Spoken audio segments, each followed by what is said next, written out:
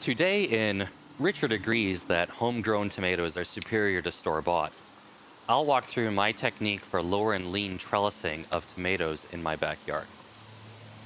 Lower and lean refers to a technique where the tomatoes are heavily pruned and the main stem is twisted up a cord. If the tomato plant grows longer than the provided cord, then you can lower and lean the plant to gain some more growing space.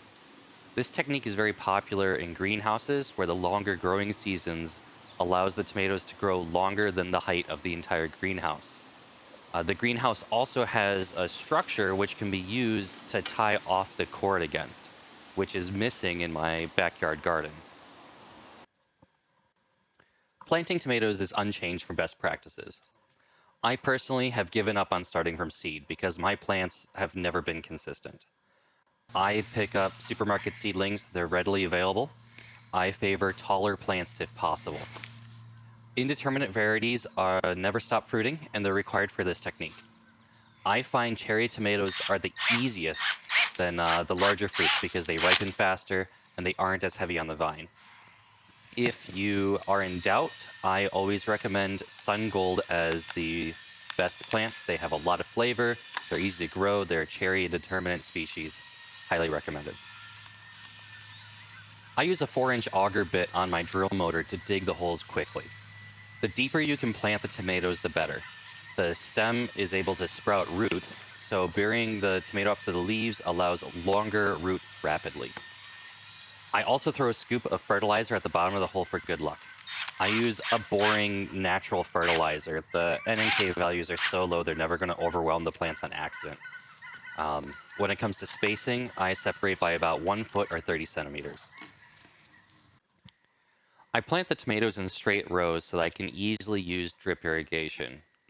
The two big brands are Dig or Rainbird, depending on if you go to the orange or blue home improvement store. I use the 1/4-inch line with emitters every 6 inches. It's the cheapest option at Home Depot.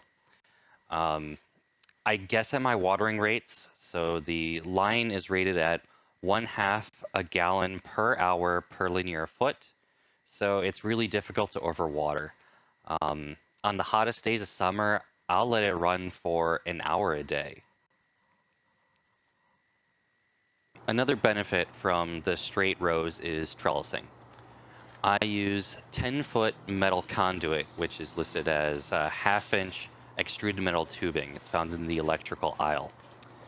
I press it into the ground about a foot or two, that's 30 plus centimeters, and it's about every 6 feet or 2 meters. So when the ground is soft, they'll have some wobble to it, but especially in the summer when the ground starts to dry up, they become much more stable, and that's when the plants are really heavy. Across the top, I'm using 1x2-inch furring strips. I lay them on the ground parallel to where the line is, and I'll drill a hole that's 5/8 in diameter. Since it's a 1/2-inch EMT, it's going to slip over top very easily. I add a single wood screw in the EMT about 8 inches from the top. This needs a pre-drill. I prefer cobalt drills when going against steel. It does take a little finesse, but it's not too bad. With the supports built, I cut twine for supporting the tomatoes. For a true lower and lean technique, you would want to add some extra length so that in the future you can lower the tomatoes as they outgrow the space. In my garden, I found that it's not needed. As the tomatoes outgrow the supports in September, the growing season's just about finished and there's very little motivation to keep going. The specific material of the twine is also important. I tried polypropylene, which is some of the cheapest available. However, the sun will degrade plastic twines due to the ultraviolet light. On the other hand is twill twine, which is a natural material and it's immune to UV. However, it will degrade in a damp environment. With single-ply twine, I also had it fail after about 5 months. However, after switching to a 3-ply twine, it's very robust. I did have to source that from Amazon specifically. I let the plants grow unhindered until they're about 40 centimeters, a little over a foot tall. That's when I start to aggressively twist and prune them. So The pruning is to remove any suckers from along the main vine. I also remove any leaves below the first flowers or fruits. As the tomatoes age and you start removing fruits, you'll continue to move up the plant, removing more and more leaves as you remove the fruits and thereby lose those fruits at the bottom of the vine. Removing the leaves is more important with older plants because it allows lots of ventilation along the bottom of the fruit. This is more of an issue if you are in a greenhouse where there isn't as much wind as in the garden. But with a young plant, this is also when we start twisting the cord along the plant. So I start by loosely tying the twine to the base of the plant with a very boring knot.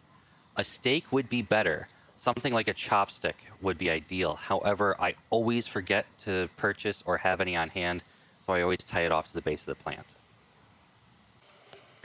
As spring enters into summer, I just keep pruning and twisting up the plants.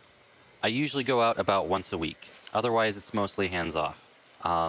In the spring, I'll pull weeds, but by the summer, I become overwhelmed and demoralized and quit. With cherry tomatoes, one of the benefits is that they ripen relatively quickly. The color is a good indicator, and they have lots of flavor. So you can pull them off the vine, you test if they fall off easily, and it's very easy to identify when they're ripe and ready for harvest. In my Oregon backyard, the tomato production peaks around late August or early September. And by the end of September, moving into October, the production falls off a cliff and virtually stops. I try to rip the plants out of the ground as soon as possible. This allows me to work in nicer weather. It also gives me the opportunity to overwinter a crop if I so desire, something like onions or maybe even a kale. But more often, I will cover the bed with plastic, which will prepare a stale seed bed for next year. Since I used the natural twine, that can be composted with the rest of the tomato vines. But you do need to be careful to keep it away from any sort of rotary tool like a tiller or a lawnmower. That twine is still really strong, and getting it chewed up with some tines would be terrible.